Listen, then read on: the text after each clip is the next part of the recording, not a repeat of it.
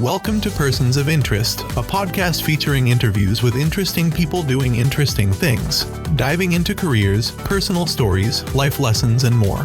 Here's your host, Derek Dockett.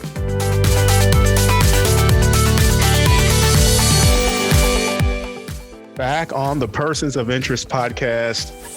I say every single time I start an episode that I'm excited to have a guest, but this one, I'm excited for all of my guests, but I'm always excited to talk to a fellow alum, Missouri State, and a former basketball student athlete from Missouri State, Anthony Shavies, all the way from Oakland, California, but making it happen still in Springfield, Missouri. Sir, how have you been doing? I've been good. I'm really blessed to be here with you. Like we talked about, man, you've been so good to me. And the funny thing is we've never even met in person, but I feel like you are my boy. I feel like when we finally meet up at some point, I'm gonna walk into the bar and be like, hey, what's up, man? Well, we bumped into each other at basketball games here and there, but it's not been all that frequently. It's just been here and there, and that's it. Like I haven't been to Springfield now myself with COVID and everything, not since 2018 or 19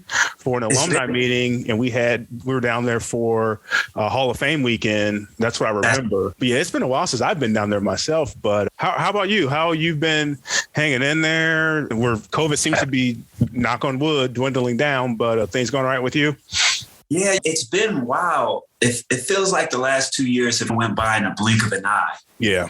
So it's one of those situations where it feels like in the moment it's dragged on, but then when you look back on it, it's 2022 already. Right. And the guys that I really feel bad for are these student athletes that are playing right now, because there's so much confusion in are you going to have a game? Are you not going to have a game? What happens if somebody comes down with a sickness and we're on the road trying to play against you and I and stuff? So it's a wild time. I really take my hat off to these guys that are playing right now who have been able to just be like, hey, I'm going to lock in. I'm going to focus on what's going on. Because I can tell you, me at that age, there's no way I would have been focused enough to lock in on the season. And these guys that we have here now, like, I'm really impressed. I'm really excited about these Bears that we have. Yeah. Before we get there, because we definitely got to talk about the current team, because I know you still pay attention. You got we're not doing video here, but you got your Missouri State hoodie on right now representing. But for folks that don't know, you were a former Bear. You played you part of the program. I guess I never knew this story, but what led you to Missouri State? You're from California. Springfield, Missouri is like nowhere near California. Hey, this is a real funny story. And this is how the coaches explained it to me. And this was years after. I didn't know this in the moment or anything. But so one of the very first schools to Coach Henson, actually, he came out to California to watch a kid play. He knew somebody out in California. This is Coach Barry Henson. And his guy out there was saying, hey, there's this guard out there. You got to come watch this kid play. He's perfect for what you need. This was at the time when Terrence McGee was a senior. He was ready to graduate, and they needed to replace him with another JUCO guard. So Coach Henson comes out to California, and he's watching this kid play, and my team is playing against this kid. Okay. Yeah, and so the kid was E.J. Rowland, who ended up going to St. Mary's, and he had a great career too. E.J.'s a hell of a player. He ended up having a great career also. But that night, I was all over E.J. And I didn't know that Coach Henson was there to see me, to see this kid or anything. This was unbeknownst to me. And I got the best of him. I think I had like 35. My team beat his by about 20, and I really lit him up. It was it's not one of those times where I'm guarding somebody else and he's guarding somebody else. This was me and him. And my coach at the time, my junior college coach, told me like, hey, this kid's getting a lot of D1 interest, because he had transferred from a Division I into JUCO. Yeah. this kid's getting a lot of D1 interest. If you have a good game against him, he just said, if you have a solid game against him, you're going to start to get some attention. And I was like, okay, bet, game on. I'm finna destroy this kid. So I went out there and I got after this dude, right? So I had a good game. Missouri State starts recruiting me. Oral Roberts starts recruiting me. I get a lot of these schools to start recruiting me. Missouri State's hot after me for about 4 weeks. And then I get a call from one of the assistants from Oral Roberts, who I had developed a pretty good relationship with, Coach Hankins. And I think he's with the Indiana Pacers now, but Coach Hankins tells me, he asked me one day, he was like, so what schools are you interested in? Who's in your top 5? And I was like, Missouri State, Boise State, of course, you guys, Oral Roberts. I listed off like 5 schools, and he was like, Missouri State? I was like, yeah, Missouri State. He's like, I didn't know if they were still recruiting you. I thought they had moved on. So I was like, is he trying to play me? Like, is he trying to play me right now? Because Missouri State just called me yesterday. What ended up happening is Coach Henson was after me. They were really hot after me. They thought that they had another guard that was committed to coming. And he actually told Coach Hankins, like, hey, we think we got our guy, but this Shavies kid out of California, we think you guys should go after him. So they had actually told Oral Roberts, like, hey, go after this kid because we think he's really good, but we got another guard. Interesting. That dude ends up not backing out of his commitment to Missouri State, and then they end up coming back in the picture. I never knew any of this until after I graduated, and 5 years after I graduated from Missouri State. But anyway, so Missouri State comes back into the picture, and they were actually the first Division I school to call me when I was at junior college. So I made up my mind early in the recruitment process that, like, hey, that's going to be the first visit that I take, because it was really important to me. That was the first school, because coming out of high school, I had no offers. And the reason was I was a late bloomer. As a senior, I was probably like 5'11", like 130, 140 pounds, but I was scrappy. And the rest of my high school team was really good. They had all been on varsity since like they were sophomores, and I had just barely made the team as a junior. And the funny story about that is the dude that recruited me to my junior college actually seen me playing at the park. He happened to be at the park one day when I was just lighting people up at the park. And my park game was different than my high school game. Of course. You are Jermaine Jackson. You're not none of these dudes. Like, we got all of these guys. You get some rebounds, you play some defense. So I was like a 6 to 8 points per game guy in high school. And I ended up turning it on like the last 10 games of my high school career, because my mother, one day she just got upset at me, and she was like, I was hooking the Dreamcast up. That shows how old we are, dude. No I was kidding, right? Up to my TV, to my mother's TV, and she was like, listen, don't hook that video game up to my TV until you start shooting the ball. And I was like, this is my mother. Dang, who put you up? Did dad tell you to say this to me? What's going on? So I started shooting the ball. Then I get to junior college, and my first day at junior college, my coach comes up to me and he says, listen, I think you have a lot of untapped potential, and I know that you had other stars on your team, on your high school team, but we think that you are the star here. We think that you could really like light it up. And that was all I needed to hear. I just needed to hear a coach tell me, listen, I think you can do this, and I'm going to give you the freedom to do it. From the first day I was at the junior college, he was like, let's rock. In my junior college team, we scored about 95 points a game. We pressed and shot. My coach was ahead of his time. We pressed and shot threes. So a lot of us were scoring a lot of points, and that worked out well for me. So I end up getting to Missouri State, and I come in with a recruiting class that's like, up to that point was like one of their best recruiting classes. So I came in with Blake Ahern, with Devin Mitchell, with Tyler Chaney, Nate Blue, Sky Frazier, Jeremy Nicholson. All of these dudes were all state, and they were all really good. And so things got off to a really good start. The first 4 games, I'm leading the team in minutes and assists and steals.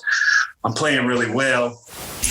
I have a bad game, And then I don't play for 8 games. I don't even take off my warm-up time. And that was like being 19 years old, being away from my family, from everything. I'm in the middle of Missouri. It's cold. It's snowy. I've never been outside of California. And the thing that I love the most, basketball, all of a sudden, like I'm not even a factor anymore. I'm a practice player. And in practice, you have the maroon team, which is the starters. You have the white team, which are your role players, the guys that are going to come in. And then you have the yellow team.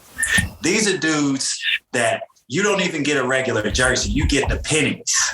You get the cheap jerseys. I had been demoted from starting point guard to the yellow team. It was really difficult for me to accept. And honestly, like I went into kind of a dark time. Like I had just been like, you know what? I'm just going to start going out all the time. I really just was like lost basketball for at least a couple weeks before I got out of my head. And I was just like, okay, if this dude's not going to play me, if Coach Henson's not going to play me, I'm going to get up every morning. I'm going to go to the gym and I'm going to work on my game so that wherever I transfer to next year, I'm going to be ready and I'm going to light people up. So I started getting up every morning before class and started just going to the gym and working out. And I just stayed in the gym as much as I could.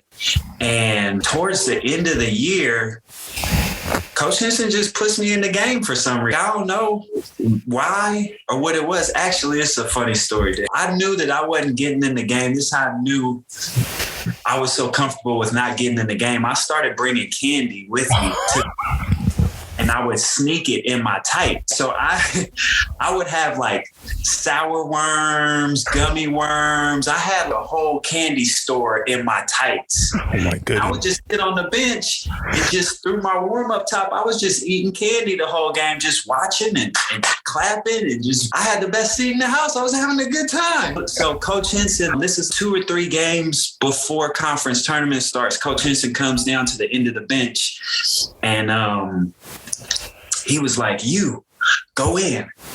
And I'm looking at the guy next to me. I think it was like Tyler Chaney maybe next to me. I'm looking at Tyler like, yeah, dog, this your time. Come on, Tyler, let's go, dog. Let's go, let's get in there, let's get it. You know what I mean? So I'm tapping Tyler like, yo, man, go in the game. And Coach Henson points at me again. He's like, you go. And I'm like, he can't be talking to me. For sure he's not talking. So I stand up and of course, like just candy just spilling out my tight. I don't even think Coach Henson noticed, but just candy just spilling out of my tight. So I run in the game and I'm an energy dude. So I go in there and I'm of course, I got a candy high going too. So I'm just all over the place. I get a steal, I get a deflection, and the Missouri State crowd has always been so good. And so they were loving that I was in the game. I end up like pumping the team up. We go on a run, we get a win. And like a game later, I'm back in the starting lineup. And then after that, we end up going on a run, end up in the conference finals. We lose to Northern Iowa in double overtime. Yep. But if we win that game, I'm probably conference tournament MVP. So, and at that time, I was still in my head. I'm like, I'm going to another school next year. I'm not staying here so they can bench me again. Like, I'm going to another school. It wasn't until we had our postseason meeting that I decided that I was going to stay. And I had even talked to a lot of the administrators at Missouri State and just told them of my plans. And Casey Hunt, I can't tell you how big she was for me. Like even now, every time I see her, I just give her a big hug. Because if it wasn't for her, I wouldn't have stayed. And Joe Bell Hopper, who was our academic advisor at the time. Because I used to go in there sometimes, man, and I was in a dark place. I go and sit in Joe Bell's office, and she was very into our season. She knew how many minutes I had played, and she just looked at me like, just keep your head up. Keep going to class, keep practicing hard. Your time is coming. So The administration staff was very good to me. Coach Rowe was always like, just keep practicing hard, keep your head up. Lindell Scranton was always very good to me. He really did a good job of not making a big deal out of it publicly, but he would ask me on the slide, like, why do you think you're not playing? But he would never bring it up in the media because he didn't want to throw Coach Henson under the bus or anything like that. But he was always I just felt like I had a lot of people in my corner. So when it came down to it, I decided to stay because I had options. I went home for Christmas break and I had talked to 3 different schools. I had even went on 3 different visits. Wow. And the schools, all 3 schools was like, we got a scholarship for you. It's all good. All you got to do is tell them you're transferring. So I had options, but when it came down to it, I was just like, I'm not a quitter. I've never been a quitter. And I'm not going to leave. Like, I'm not going to go out like that. This community has been good to me. The coaching staff wasn't necessarily good to me, in my opinion. But I was like, I have enough resolve in me that I'm going to be here and I'm going to show them why they recruited me in the first place. So that's a wild story, but that's kind of how my Missouri State career went. And I had a pretty good senior year, but I would have liked to have had a better year. But I had a pretty good year. And ultimately, when I look back on my time at Missouri State, it's a microcosm of life. Like, basketball got me here, but it's really bigger than that because I end up meeting a lot of people here that I call family. I end up meeting my wife here. I end up settling down here. I still live here in Ozarks now. I'm a mortgage loan officer at Central Bank now. And I feel like I'm deeply rooted into the community. And that was God's plan. There's no other way around that. Works in mysterious ways, doesn't he? Man, it's wild. It really is wild. Yeah. I'm sure a lot of guys, everybody knows Missouri State hadn't been to the tournament since 99, the year they went to the Sweet 16. I'm sure a lot of guys from that era all feel their careers went a different way because they're all chasing that, want to be in the NCAA tournament dream, want to be a Cinderella, what every other team in the Valley gets the opportunity to do. I'm sure they all echo your feelings, especially guys from Missouri State. I remember I had Drew Richards on when I first started doing this podcast, and he shares some of the same thing. Of course, he's from that Rogersville, right from that area, so a Missouri guy, but always talks about community, family, and just, you know what, man, we always feel, God, there was so much we left that we just wish we could have gotten that one thing done. And it's always the same thing, like that one thing. Like, you can take all the individual accolades you want to talk about, but they all say the same thing. So trust me, as fans, feel the same way. But I think there's one thing you can always remember is that I can't speak for everybody. I can speak for myself at least. But I think you can speak for most folks that all the time, every senior night, never fails. The appreciation for what you guys do and did as student athletes on the court. You can see how hard you guys work. I had the opportunity to be able to go to practices when they were open and see things happening. And you guys I don't think people realize as student athletes, and of course, I've been around some of them recently when I was working for the Missouri Valley, but man, it's a commitment, time, effort, classroom, practice, travel. It's a commitment. Yes. Like, being a student athlete is not all the glitz and glamour I think that most people feel like it is, especially when you're at the mid-major level, like at Missouri State. You put in work. Yeah, and like, from time to time, you may see me argue with people on Twitter. I see it every once in a while.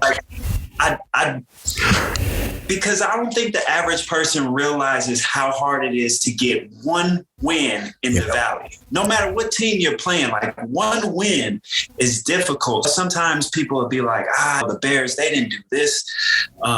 Like, I argued with a guy recently, and he said they were just giving up 3-point shots. And I'm like, listen, I can promise you they're not just giving up 3-point shots. Like, the other team is practicing every single day so they can get those shots. And like, we are so dedicated. Like, those dudes on this team right now, they are so dedicated to that mission of getting to the tournament. Yeah. Like, they've put life on the back burner. They've put family, friends, everything that's going on is on the back burner. Right now, their mission in life is, I want to play in the NCAA tournament. Yeah. And they are giving everything that they got. Even the dudes who don't see a minute in the game, they are giving it everything they got in practice. And that's why I tend to defend the coaches, even Coach Lusk. Like, I defended him a lot, even though I didn't agree with a lot of the things that he did. I know that he lost a lot of sleep over games. And I know that those losses that he took, nobody took them harder than him. You know what I mean? Like, when the Bears lose, I'm going to be upset for probably 10 minutes. And then move on. I'm going to go hang out with my daughters. I'm going to go to work the next day, and I'm going to be like, yeah, the Bears lost to Loyola, whatever. But Dana probably doesn't sleep that night. Yeah.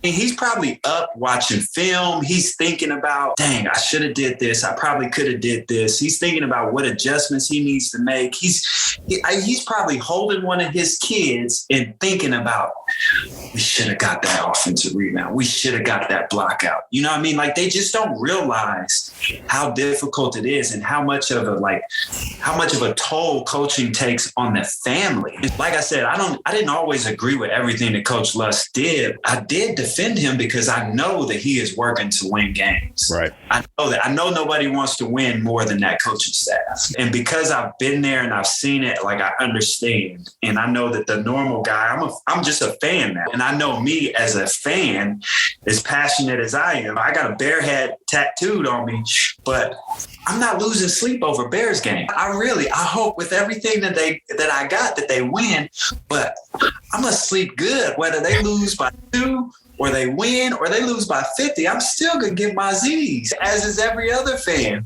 So it's just unfair, I think, the criticism that the guys take sometimes. Yeah.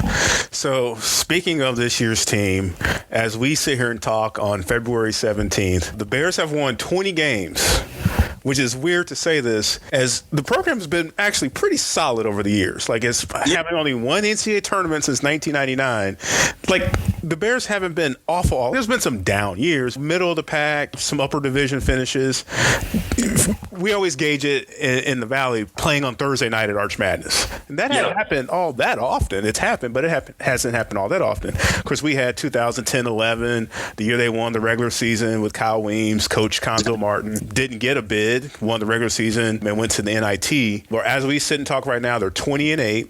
They're actually second place behind Loyola. Loyola's 11-3. The Bears are 11-4. UNI is 11-4. Got some tough stretch of games to finish the rest of the year out. But regardless of what the schedule is, you just said it. You're a fan. I'm a fan. We both watch the games. I have the privilege now just being able to watch just the Bears. Not have to watch everybody, but still check out everybody from now and then. But number one, I need to get your opinion on the talent of Isaiah Mosley. And number two, it seems as if Gage Prim is in territory that we don't see often as Missouri State basketball fans. And when I say that, the big man in the middle. We've had the Danny Moore. I talked about Drew Richards. We don't often see the dominating big man, and that's something that they have this year that could probably lend itself well to winning Arch Madness and getting into a tournament and surprising some people. Yeah. But Isaiah's been phenomenal this year. As you've been able to watch, what's your opinion on Isaiah Mosley? I've actually been fortunate enough to watch Isaiah since about the 4th or 5th grade. Oh, okay. Yes. When he was growing up playing, I was actually coaching AAU, and I had a kid that was actually really talented that ended up going to play with Isaiah Mosley and DeJuan Harris and Christian Brown, the two Kansas kids. This kid ended up going to play with them for MoKan, which is a phenomenal program based out of Kansas City, one of the best grassroots programs in the nation, which is who Isaiah has played for since he's been younger. So I've actually had the privilege of watching him since he was younger, and he's always been supremely talented. He's always been that size where he's had great size for the level that he was playing against.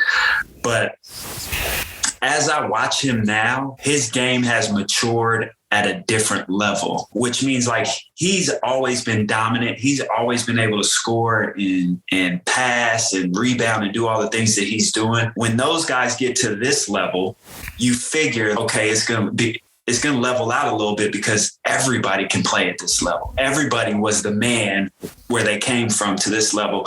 But his game has actually gotten better at this level.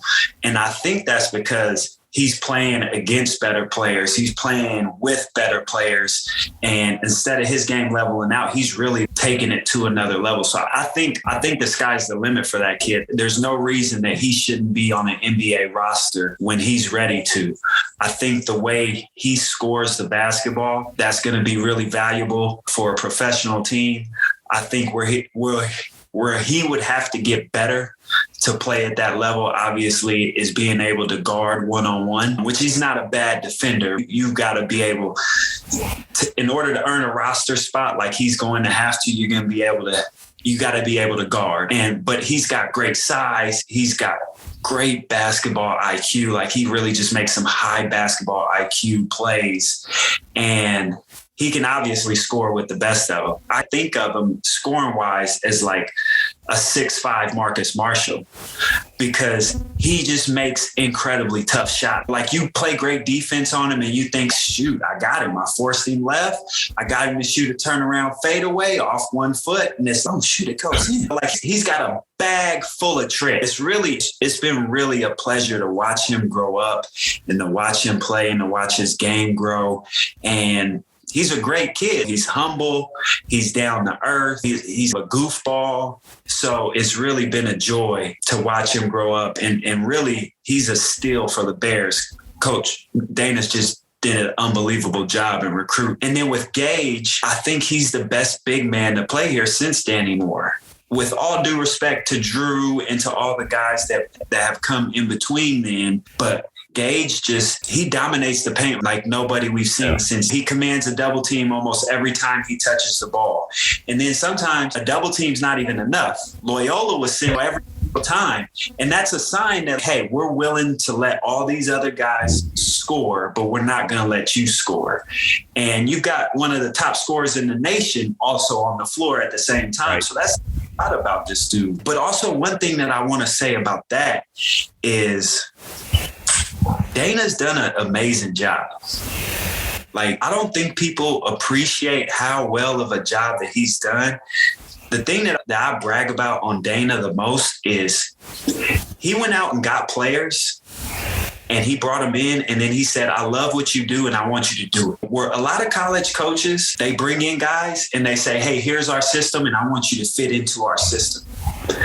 Dana went out and got Isaiah and he said, listen, now I want you to be Isaiah on this floor. He went out and got Gage. I want you to be Gage on this floor. And then he will make his stuff fit into what they do. And in giving your players that kind of freedom, like, our guys play free. And that's why they're good. They are good because they have the freedom to shoot the shots that they know that they can make. They shoot the shots that, like, none of those guys are in. I think this team has everything you need to make a deep run. Like, I don't want to jinx them or anything, but in order to make a deep run in the NCAA tournament, you need at least 1 or 2 guys that could possibly be stars. We have that. You need to have a team that can make a lot of three-pointers to beat a bigger team, to beat a more talented team. We have that. They are the best three-point shooting team that we've ever seen here. And you need a team that can get hot and their coach will let them go. And so I feel like we have all the ingredients to do some special stuff here, and we're seeing it unfold. I wish more people would get to the games, but I understand it's just a weird time that we're in. So I kind of get that a little bit, but I really hope a lot of people go out to St. Louis and support them, because I think it's going to be a special time for them. Yeah, let's hope so. You said it. They seem to have the ingredients. The game at Loyola, man, they put all those ingredients together right there. The threes, Isaiah was rolling, Gage was rolling. And if they can do all that and you get Manette going, I mean, all of it. And it's just, then who do you guard at that point? You get Monte Black scoring too. You're talking about scoring options left and exactly. And I think about some of the former teams that we had, or some of the past players that we have. Like, imagine Blake Ahern playing for Dana Ford. Imagine Blake getting to shoot like 8 to 10 threes per game. And this is no diss at Coach Henson. I love Coach Henson. That's my guy. This is no shade thrown at him or at Coach Lusk. But I think Dana, being a player and being so close to the game, he just has a different look and a different feel for it. Imagine some of these guys that have come through this program having the green light like all of these guys do. Coach Ford, every time you see him in an interview, he says, Jamonte's got the green light as soon as he walks off the bus. And think about how that changes your outlook as a player. When I know my coach wants me to shoot these shots. Yeah. He's never going to tell me, oh, no, that's a bad shot. I don't want you shooting this shot. He's going to say, I want you to shoot these shots. I'm convinced that makes your percentages go up by 5 to 10%. Because there's no shooting it and then looking over your shoulder. Oh, is he gonna yank me out of the game because I missed this shot? Like this is so funny. We had a rule on our team: you couldn't shoot a 3-pointer off the dribble. Think about that in today's game. Like these kids shoot the ball from wherever, and it's great. I love it. I wish I'd have got to play. Like I'm jealous of all these dudes. I wish I'd have got to shoot some of these shots, but I think that's part of their greatness. Dana has figured out how to coach these guys, and sometimes that's more important than your X's and O's. It's just knowing how to connect with your guys and get the most out of them. Yeah, that's interesting. I never thought about that, but I can remember watching some of those past teams. It's like the substitution patterns you were sort of curious about. And again, I'm not a coach, just a fan. Know enough about basketball to be dangerous because I've watched so much of it, but you'd be like, that guy hasn't seen the floor in 8 games. Just random things. So yeah, interesting. It's interesting to get your perspective on all that as someone that's played and been a part of the program, been around, and can see the game in a different way than some fans do. I think that's important, that hopefully that's something that's conveyed through this. The people that listen can get a different perspective and different outlook on it going forwards. Yeah. So, man, I didn't. We've gone for almost 40 minutes, but I wanted to dig more into what you're doing. So, when you finished playing in Springfield, you did a little bit more professional ball, but came back. I believe, didn't you do like a youth basketball camp and things like that? Yeah. I played 9 years over in Europe. I played in about 4 different countries: Germany, Ukraine, Austria, Croatia. I had a really good career. I was very blessed. In fact, I got to play with Shelton Colwell. Okay.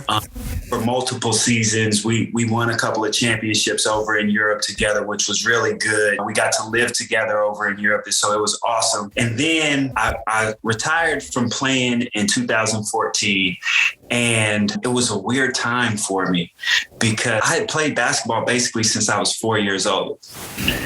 And now all of a sudden I'm 30 years old and I'm not Anthony Shavies, the basketball player. I started coaching just because that was a natural thing. I knew that I didn't really want to coach at the college level. So I started a youth basketball program, and it was awesome, man. Like it really was just good for my heart to do that and to work with some of those kids. And what's crazy, when I started, a lot of those kids were like in first grade. And now they're like freshmen and sophomores in high school now. So it's cool to see them grow up too. But I was doing youth basketball and it was really good. My wife was a teacher at the time, so it sort of just worked out. But then we started having our own children. And I just really got to a point where I was like, I'm spending a lot of time with other people's kids. And right around the time I had my second daughter, I just felt compelled that like I need to spend more time with my kids. And my daughters were still really young, but I knew that this was going to be coaching that program. I don't know how to do anything halfway. So for me, it was like whatever the program needed, I was willing to give. If it was my time, if it was my money, if it was like driving kids to Texas for tournaments, if it was kids staying the night at my house, if it was picking up kids in the morning, taking them to work out and then dropping them off at school, if it was, I knew a kid that needed a little bit of money for dinner, whatever it was, I didn't mind giving because that's the only way I got to where I was is somebody made it possible for me. So I gave a lot, and I just felt compelled, you know what, you really really have to scale this back and start to worry about the Shavies family. So around that same time, my wife wanted to stay home, be a stay-at-home mom. So it was kind of just one of those deals where, all right, I can't do youth basketball forever. You got to get a real gig now, because my wife was like, I'm not teaching anymore. And it's so funny. Like, she came home when the school starts in like late August. She came home one day in September. And she was like, hey, I don't want to teach anymore. And I was like, shoot, it's only September. Like, September. I was like, maybe this will blow over. Let me give it some time. Because I really had it made in the shade. I was staying home. My daughter, my oldest daughter was like 2 at the time. My youngest was a newborn. We stay home, kick it, watch cartoons all day. I had it made. My wife was at work all day. And then I would go in the evening and coach basketball. So I figured like, all right, this will blow over. It should be okay. But that is a consistent story, like all the way up until the last day of school. Like, hey, I'm not going back. You better start putting in an application. Long story short, like I bounced around before I found something that was really like me. So I worked at Enterprise for a while. That didn't really go over. I worked as a paraprofessional in the Republic School District, which was an amazing gig. I really loved that, but obviously they don't pay enough for you to feed your family. I did all kind of just jobs, but nothing that was really me. And then it's crazy how God works. One of my assistant coaches from Missouri State, Troy Collier, calls me one day and he was like, hey, what are you doing now? And at this time, I was traveling around the country getting people out of timeshare, which is another podcast for another day.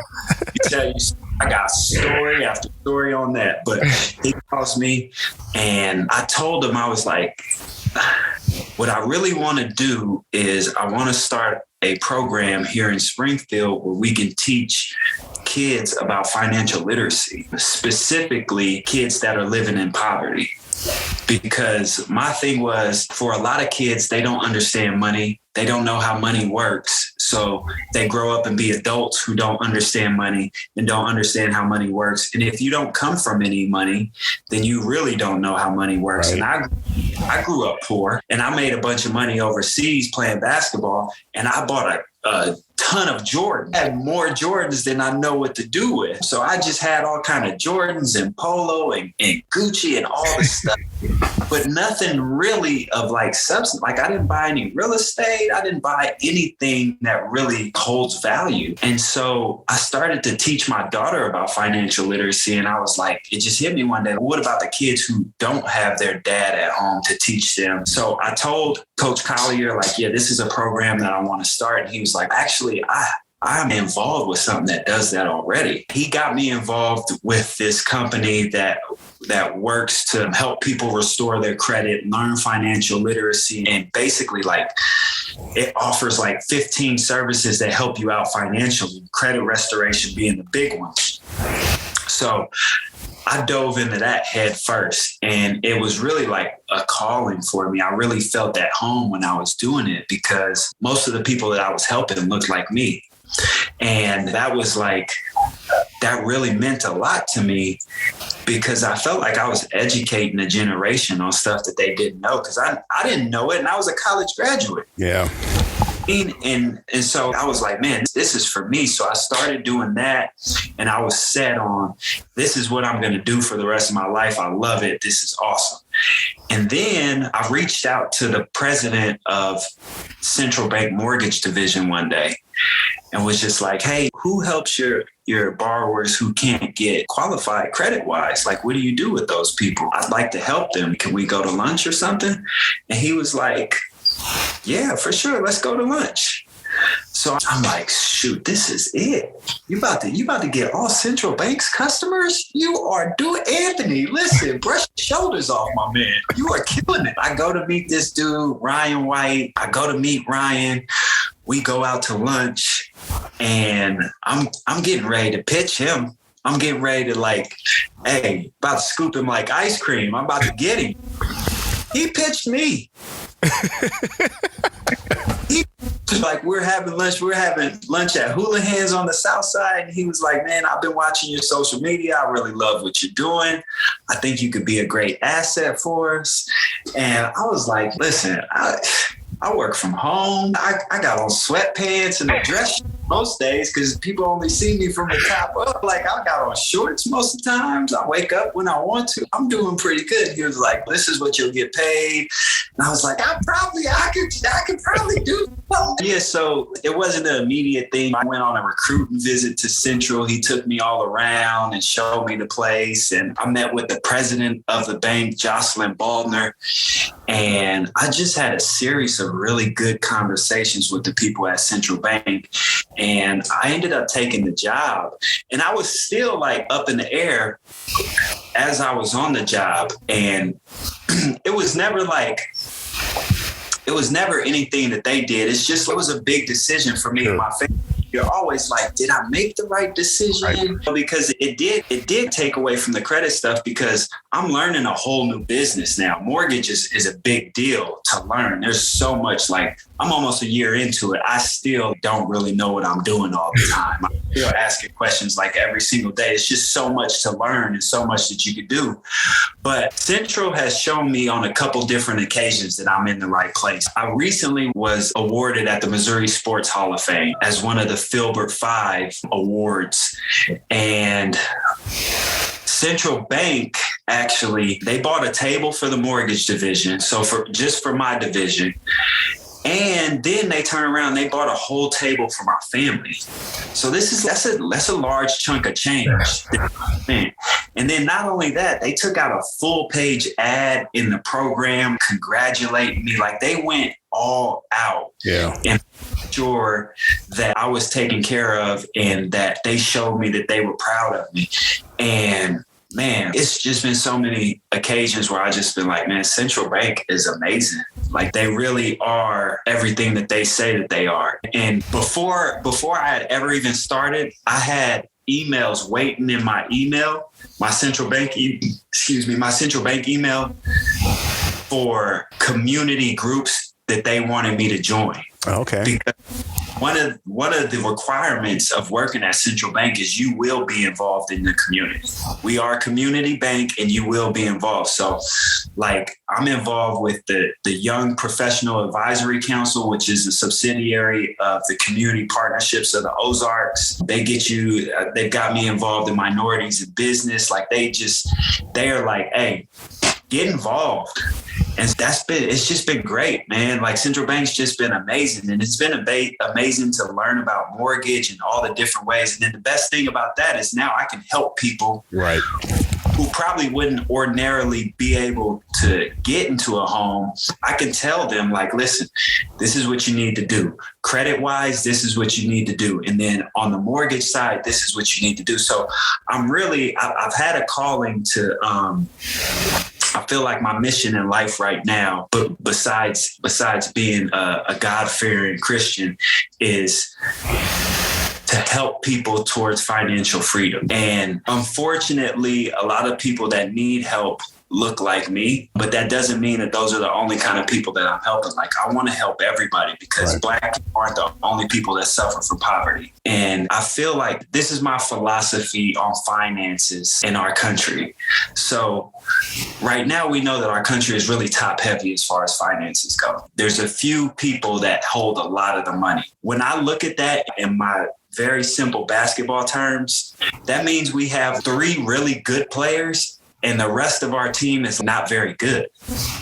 So when we go out to play, we don't have a very good team. So my philosophy is, listen, if everybody on this team can play, so if we all know about financial literacy, then that makes our team better. If every single American is educated on finances and budgeting and how your credit works and what it takes to own a home, that makes everybody better. That doesn't make anybody worse. That makes us better as a country.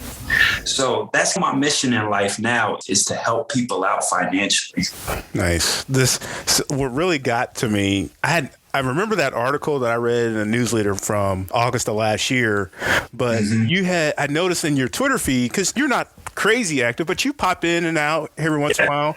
But I noticed something that caught my eye. I'm like, he's retweeting this. It was like a retweet of something that was like, it was financial literacy based. It was something about interest and people understanding what it is and how it affects you and what it does to your credit card, all that stuff. Yeah. That's it. Why is he retweeting? That's interesting. It just didn't come full circle for me. And I went back and looking at your feed. I'm like, I haven't seen any tweets from him lately. Oh, there's something about basketball, more financial stuff. Oh, okay. And it's not, like I said, your feed's not, you're not crazy like I'm on there every day. But I was just like, oh, that's right. I forgot. I think that's got something more to do with what he's doing now. So I just put two and two together. And that's what prompted me to say, if he can talk about this, I wonder where he's sitting at in life right now. So these last 20 minutes, you just talking literally sums up the purpose of me doing this podcast, is because I want people to understand that we all have a different path. We all do something different, something unique. And most of us are doing it for a positive reason, to either better ourselves, better our family, or in your case, better all the people that are around you in your community. So what you just described was like the case scenario of why I'm doing this podcast, is that there's different stories for different reasons. And there are people doing things for positive reasons. It's glad to hear you talk about all that, because especially from the perspective of when you took that position with Central Bank, because I think that's another part of the puzzle that I don't think many people get to realize, is that you may have intentions in one way. And again, I said earlier, man, he works in mysterious ways. And you said they were recruiting me. And then you get in the awards, they show, wow, he's part of our team. We're going to show him the love. Let's get his family tag. We're going to be there to support him. And that's how you show an employee that they're part of the team. That's how you show them that they mean something and they're valuable. So that is, without even me having to prompt it out of you, that is great to hear. And I'm glad it's going well for you. And in Springfield, of all places, too, because like I said, Springfield is not Oakland, California, man. But Springfield has just been so good to me on so many levels. And I would only live, the only other place I would ever live is California. I don't think I would ever leave the Ozarks area, just because it's just been so good to me, man. I can't even put into words how much of a blessing it has been to me. And also, I know that there's a lot of kids out there that need to see people like me, and to hear my story, and to know that you might be a basketball player right now, but tomorrow that may not be your identity. And there's a bigger purpose for you. Basketball is the vehicle, but it's not your final destination. And I really want to show kids in this area that, like, hey, you could be so much more successful than me. I don't think that I'm like the most successful person by any means. I'm doing okay. There's still a lot more that I want to accomplish. There's sometimes kids don't even think that they could go to college or work at, like, I never thought that I would work at a bank, D. Like never. If you would have asked me even 5 years ago, like, you think you'd ever work at a bank? Shoot, do you think I could ever work at a bank? And they are so totally cool, man. It's the coolest. It is the most laid back place that I've ever worked at. Let me tell you, one of the hardest jobs I've ever had was Enterprise. Yeah. Let me tell you what, for that $12 an hour, like, I was at Enterprise for 10 hours a day. I'm washing cars. Actually, Dorian Williams got me that job. Funny. Yeah. So I was washing cars. You got 1 million people coming in, and they done booked the car online. Come to find out you don't have a car, so you get cussed out on a daily basis. I worked at the one on the north side. And let me tell you, every single day it was some kind of episode. Like, I was like, listen, after 30 days, I was like, listen, I can't take it. I really appreciate y'all giving me a shot, but I'm out of here. Like, I am out.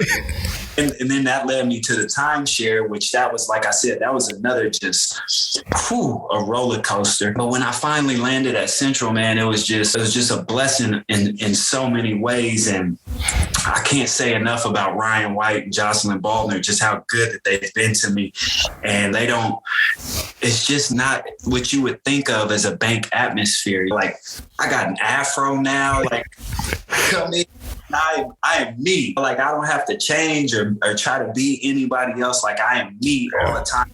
love that about me. It's just been a blessing in so many ways. And so I'm sure there's a lot of kids out there, man, there's no way I could ever work at a bank. But I want to tell them like there is. And when you get that job at the bank, it is your duty to start blessing other people because you can. And I feel really blessed to be I'm really blessed for everything that I have. I'll say it that way. And where I'm at, like I am just truly blessed. This is awesome, man. I didn't expect that we'd go an hour, but here we are. It's almost 9:30, and I kept you way longer than I was going to. But this is fun catching up, man. I really enjoyed it. I really did. Yeah, man, I really enjoyed this too. It's probably long overdue, and man, I would love to come back anytime. I may have to do this regular or something like that. Maybe depending on how this rest of this basketball season rolls out or something. Maybe you can start doing financial literacy or something with me. Yeah, we can start doing that as an episode or something. This is awesome. I really love to because there's financial literacy is just such a taboo topic. We're taught not to talk about money, especially with like your friends. You don't want your friends to know how much money you make and what you're doing and all of that kind of stuff. And you need to talk about money. You need to talk about money with your friends. You need to talk about what's working, what's not working, and that kind of stuff. And most importantly, you need to talk about money with your kid. They need to understand money and how it works. Otherwise, they'll end up as adults who don't understand how money works. And that's what we don't want. Right. Not for any kids, not for black kids, not for white kids, not for brown kids, not for kids anywhere. They need to understand how money works because ultimately, if they don't know how money works, it's going to screw us. Financial literacy is a big deal for me. It's something that I'm really passionate about. And I would love to come talk about it anytime. Nice.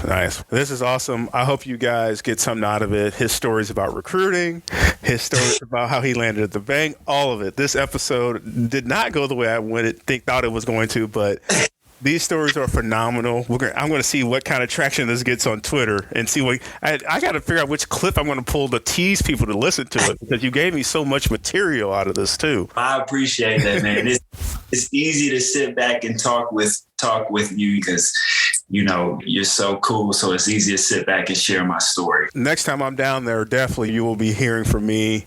Yeah. Hopefully soon. I'm running out of basketball season. It may be spring. Who knows what when I'm the next time I get down there. It's been a while for me. But I want to make it to the tournament. I really want to take my daughter. Yeah. Last thing I'll tell you, I know we're going long, but no, you're good. The really cool thing that's happening in my life right now is I get to coach my daughter's basketball team. Nice. And the even cooler thing about that is Tamar Macklin's daughter plays on the team. Okay. Dale Lamberth's daughter plays on the team. And Nicole Lehman, former Lady, her daughter. So all of our daughters play together. This is outstanding. It is amazing, man. It's just really cool to get to watch them play and to watch them have a good time learning basketball.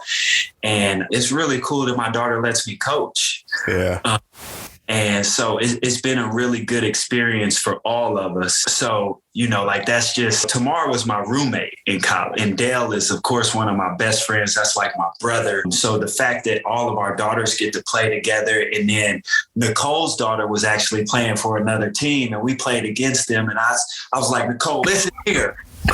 Like, we are bare siblings. If you don't get that girl on my team, let me tell you what. And so she finally brought her daughter over to our squad now. It is really it's a blessing, man. Like I keep saying, I am just super duper blessed. I hope this team is undefeated with all this blood running through it. Listen, these little girls can play. Yeah. These little girls can play. We started with about 6 girls, and now we have like 20 first graders. And all of them can play. It's so crazy. I don't know if you remember Corey, who played football and used to do Wonder Wieners. Yes. So Corey's daughter plays on the team as well. And okay. Chris, who was backup quarterback, his daughter plays on the team as well. So it's really like the Bears' next generation basketball. But we have a bunch of them and they all love playing. And it is a super duper blessing. Man. That actually sounds like lots of fun. I can imagine sitting there watching. You got to come watch these girls get down. They get down, man. Yeah. Nice. I keep telling myself, so I've got an 11-month-old. He turns 1 in a few weeks in early March. And I keep telling myself I don't want to have the mindset of he's going to play sports, but it's got to be his thing. But if he does, I would definitely be that parent sitting there like, let's go. Same way. I was like, listen, I'm not going to pressure my daughter into playing. But then Dale's daughter started playing. Then Tamar's daughter started playing, and we all hang out together. So then they recruited my daughter. And then I went to one practice and I was like, I'm not going to coach. Dale is coaching. I'm not going to coach. I'm just going to sit over here and be cool. I went to one practice, and then by the next practice, I'm like, all right, let's go. Let's get on the I have all this basketball knowledge. You got to give back. It wouldn't be right if I wasn't sharing it. And who better to coach our girls than us? We have such a good time doing it. It's such a positive atmosphere, and it's going to suck you in. It really is. You can think that you're not going to be that dad. Your son's going to have it honest. And then you're going to be over there like I'm telling you, it goes 0 to 100 real quick, because my daughter now, I'm from Oakland. We're big time Warriors fans, big time Steph fans. So we've been to every championship parade. Every time the Warriors are in Oklahoma City, we go watch them play. We just went to a game last week, matter of fact. I got a WNBA basketball court in my driveway. We watch South Carolina women's basketball religiously. Nice. We're in it now. You're all in. We are all in. Yes. It just reminds me, Coach John Leamy, who just retired from being the Bears men's soccer coach, he would always say, when I worked at the Valley, we always had the men's soccer awards banquet, and the coaches would always give a statement. They'd always say something to wrap up the year, and he would always say to all the players, whatever you do, find a way to give back to the game that gave so much to you. If you're coaching, if you're reffing, go to youth games, go do this. Find some way to give back, because we need you to help keep folks involved in the game. And so what you just described was literally from the John Leamy book of direction of give back to the game. So he's one of my favorite people. Yes.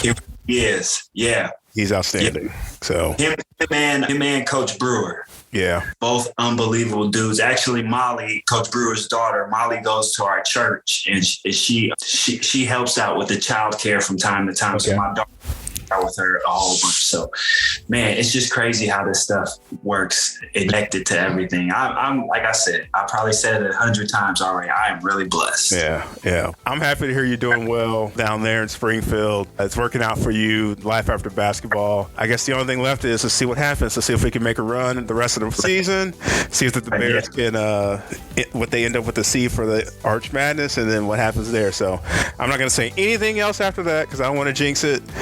See how the ball falls from this point on. So, Anthony Shavies, I really appreciate your time, man. Folks, give him a follow on Twitter at Anthony Shavies. Put his Twitter handle in the podcast notes. Thank you for your time, man. This has just been fun. Thank you. This is one of my many blessings to be on here with you, man. So I appreciate it. I would love to come back anytime. Maybe after the Bears win the Valley, we will have to do another one after we get seeded for the NCAA tournament. Having to play Kentucky or something. It'd be really nice to watch Dana beat the pants off of Calipari in the first round. There you go. We can only hope, man. We can only hope. Yeah. We'll get there. Yeah, absolutely. Thanks for listening to this episode of Persons of Interest. This podcast is a personal project with the goal of sharing stories that might inspire others to create their own path. If you enjoyed this episode, please leave a rating and review on your favorite podcast platform.